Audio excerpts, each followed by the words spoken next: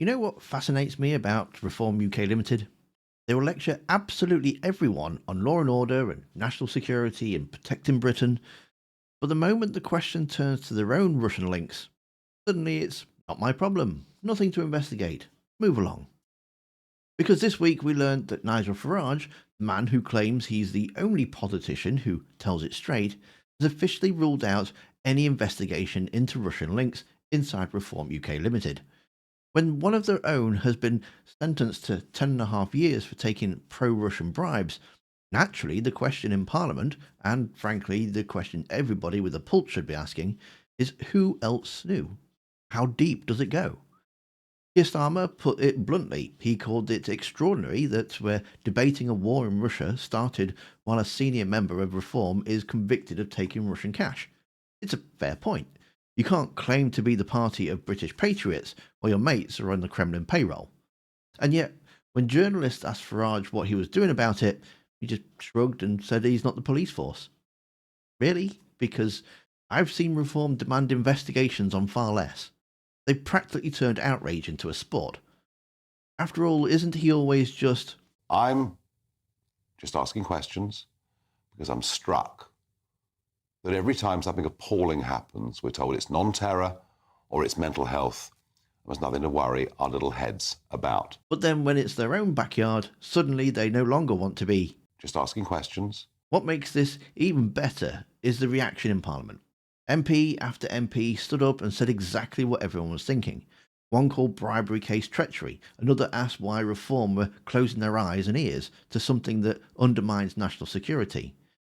And surely Reform should be wanting to know how this happened on their watch. In relation to Reform, I completely agree with her comments. It is extraordinary that in this chamber we're having a debate about a war which Russia has perpetrated on Ukraine, and a senior member of Reform is convicted of pro-Russian bribes. In relation to interference with democracy, it is of deep concern. Does he share my disgust, absolute disgust, at the treacherous actions of the former leader of Reform in Wales, who had lined his own pockets with cash from the Russian regime? And does he agree that Reform UK's refusal to carry out a full investigation just proves they really are Putin's poodles? Well, can I agree with him? This is clearly a really serious case. If any other party would want to investigate to assure itself that how did this happen? This is not a minor transgression. This is something that's now been visited with a 10-year sentence because it undermines our country. Surely the Reform leadership would want to know how did that happen on their watch?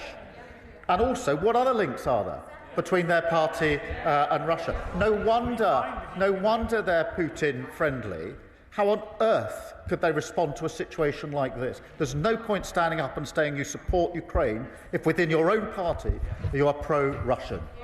Nathan Gill, the former leader of Reform UK in Wales, was elected to serve the people of Wales in the European Parliament. But as we now know, he served not only himself but the interests of Russia, having admitted not one, not two, but 8 counts of bribery, and is now serving 10.5 years in imprisonment. So I know the Prime Minister will join me in condemning this treachery, but will he also join me in demanding that the leadership of Reform UK, who unfortunately typically can't be present here today, launch that independent investigation into this act of treason?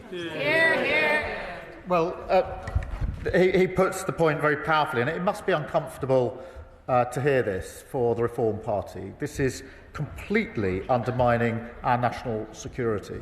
It can't be right for a political party represented in this House to simply close their eyes and ears to this. There has to be an investigation. There has to be a level of reassurance that there aren't other links to Russia within the Reform Party and how this came about in the first place. And so this question is very good.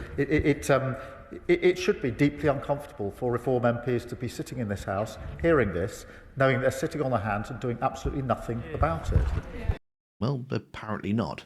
Apparently the most patriotic thing you can do, according to Nigel, is just ignore it. But here's where it gets embarrassing. Richard Tice, Reform's deputy, stands up in the Commons. Now a normal person would say, we're horrified and we're launching an investigation and an internal inquiry immediately. But no, not Richard. Richard wants a pat on the back. He stands up and reminds everyone that he personally bought a pickup truck and drove it to Ukraine. He talks about donating a 5-figure sum. Richard Tice. Thank you, Madam Deputy Speaker. May I remind the House that last year I personally donated a 5-figure sum, bought a pickup truck, filled it with first aid supplies, and drove it with other friends and colleagues to Ukraine and donated it to the brave soldiers of Ukraine. So my support and reform support for Ukraine has been rock solid, Prime Minister, throughout. And it is important that this House is united, which it is, Madam Deputy Speaker. And last week, when the 28-point plan emerged, we rejected it immediately. Just yesterday, Prime Minister, I was with a Ukrainian delegation and we were talking specifically about the leverage that the European nations has with regard to the frozen assets, the majority of which, of course, are here in Europe. So would I urge the Prime Minister, amongst all of the noise, to utilise that leverage, because that, I think, is one of the most powerful negotiating points that the West has against the vile dictator Putin. Well, Mr. Speaker, he could have stood up and said that reform's seen sense and decided they will have an investigation in relation to what happened in this bribery case. And I don't doubt that he drove and personally committed in relation to support. But the simple fact is this: you can't be pro-Putin and pro-Ukraine.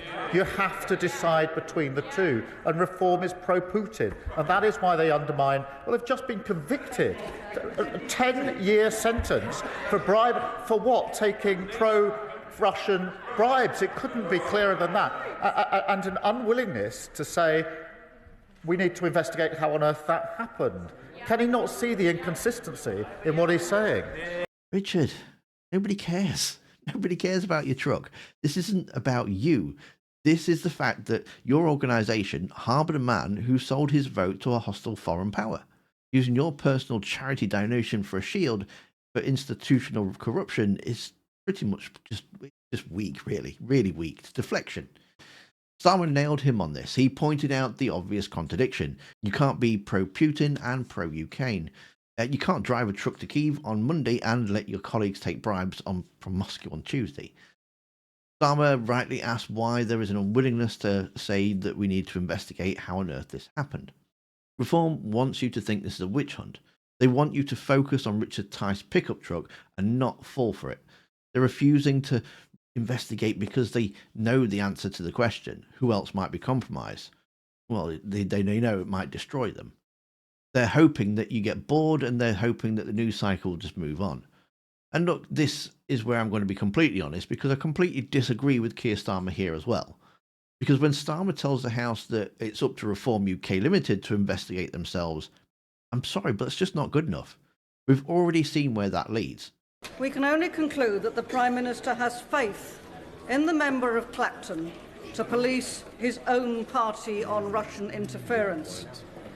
But the leader of Reform has already said that this is beyond his capabilities. Why, therefore, is the Prime Minister so unwilling to take responsibility and launch a full investigation into foreign interference in our democracies? Interference in our democracy, but the responsibility for the investigation of what happened in Reform lies with the leader of the Reform Party. Mr. Speaker, he's usually got plenty to say, and now he's totally silent on one of the most important issues. Mr. Speaker, he needs to speak up and answer those questions. Reform aren't investigating anything. They've said it themselves. Farage claims it's beyond his capabilities. We've been here before. Do you remember when the Conservatives finally agreed to look into Russian interference and they held a review, but told the security services to actively not look for Russian interference? You couldn't design a more pointless investigation if you tried. It was interference by committee, a report that existed only to say that they'd done something, rather than actually doing anything at all, which is exactly why the whole thing came back with no evidence of Russian interference. So no, this shouldn't be left to party leaders to mark their own homework. Not Reform, not the Conservatives, not even Labour. When they're talking about foreign money and foreign influence and a man literally being jailed for taking Russian bribes, it's not a party issue, it's a national security issue. And that means that the government's job, whoever's in charge, should take it seriously. And if you want to know why they won't investigate, well, it's probably because of what Zia Youssef said in the video that's on screen now. Thanks for watching, don't forget to hit that like button, and I'll see you next time.